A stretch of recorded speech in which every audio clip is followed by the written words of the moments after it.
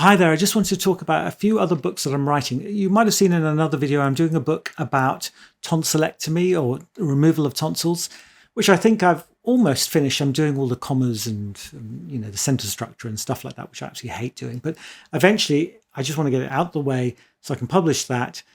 But this is about the other books, which I'm also writing when I've got bored of writing about tonsils.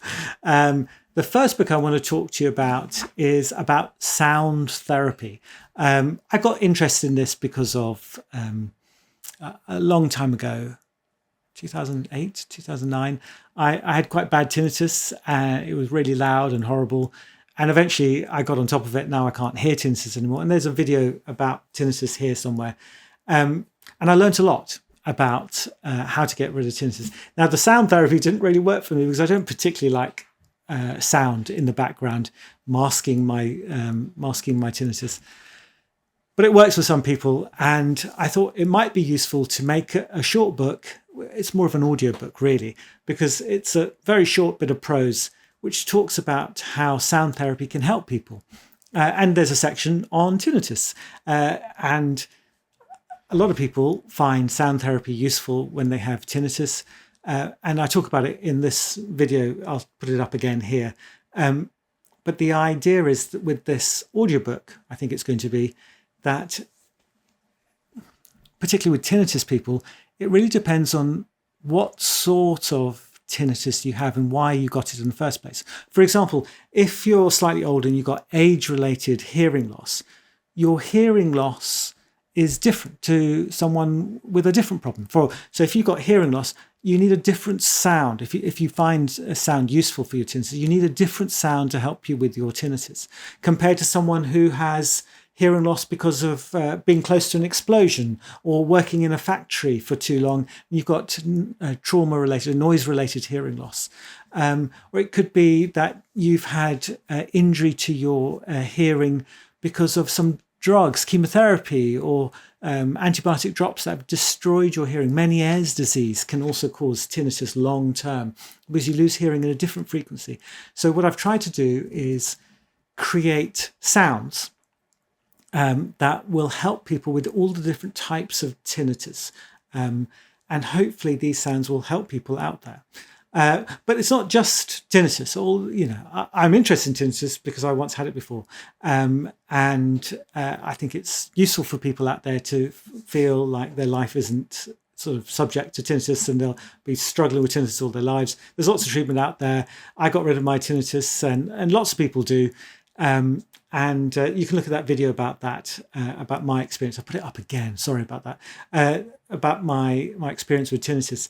I should say that please don't see me for tinnitus. I am not an expert at tinnitus at all. It's not my specialty at all. In terms of ears, I do middle ear cholesteatoma or external ear problems. I'm a surgeon. I'm not a tinnitus expert. If you want to see someone about tinnitus, see someone like Kieran Jumani, who's absolutely amazing at dealing with tinnitus. So I'll put his name down in the video description below because I'm interested in it, but I'm not a specialist. I'm just a guy who once had it.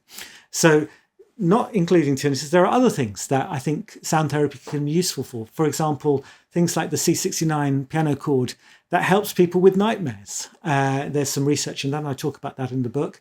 There is sounds that help people with ADHD, to help people with ADHD concentrate. As you can tell, I've got ADHD and I can't, and it's quite hard. I'm a surgeon, so I can't be taking weird drugs that interfere with my ability to think. So I've learnt to focus myself and not go all over the place, although you may not notice that in these videos because I'm all over the place. But it's quite useful for people to have things without using drugs to help them with their ADHD, particularly with children. It's quite hard for them to learn these little tricks that helps people get over this situation so they can concentrate on tasks and they're not flitting between things and losing the ability to focus on one task. So all the stuff I luckily learned early on, and I managed to get through medical school and stuff like that. I only got diagnosed not long ago, so I'm not as bad as obviously some people.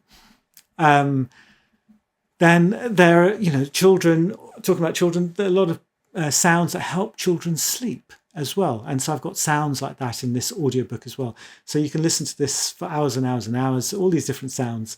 So it helps your child sleep. And I guess there are other sounds that help people with meditation and relaxing, stress relief, all those sorts of things. So I put that in this little audiobook, which hopefully someone will find useful. If you don't, hopefully it's going to be very cheap. So it's not going to be that too much of a financial burden for anyone. I'm not sure how to, because it's a huge audiobook and it's too big for Audible and these other things. It's sort of gigs and gigs of data. So I'm trying to work out a way to provide it. If anyone knows how to make an audiobook with 8-10 hours worth of sound, which is a lot of particularly high quality sound, it's a lot of gigs worth of data. I'm thinking about making it, you pick out the sounds that you want to download. I can't. Although I have a YouTube channel, I'm not very techie, so I don't really understand it. Maybe making a Google Drive that people can take out what they want. I'll work it out. And if anyone's interested, then what I'll do is I'll maybe stick a link in the video description below, and I'll tell you about this book once it finally gets released. I've done all the sounds. I just need to write a bit of stuff about it. I'm focusing on the tonsil book first, and then I will release this book on sound therapy, which I think is just interesting. And hopefully you'll find it interesting as well. And I guess the plan after that is to write my book about snoring and obstructive sleep apnea, which is terrifying me because it's a huge thing. And I've got all this stuff in my head and I want to tell everyone about it.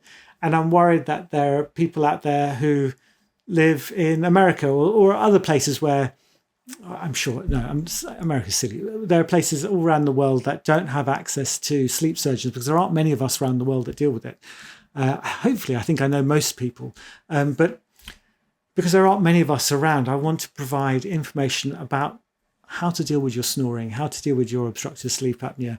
And I started writing that book, but it was enormous. And I know that I'm not an author. I'm not a book writer. I'm not good at this sort of thing at all. So I thought I'd practice and learn how to write books using these other books that I've talked about. So these are test grounds for me to make all the mistakes so I can actually therefore write a book about snoring and obstructive sleep apnea so that people will actually find it useful when it does get published. I don't want it to not be helpful for people.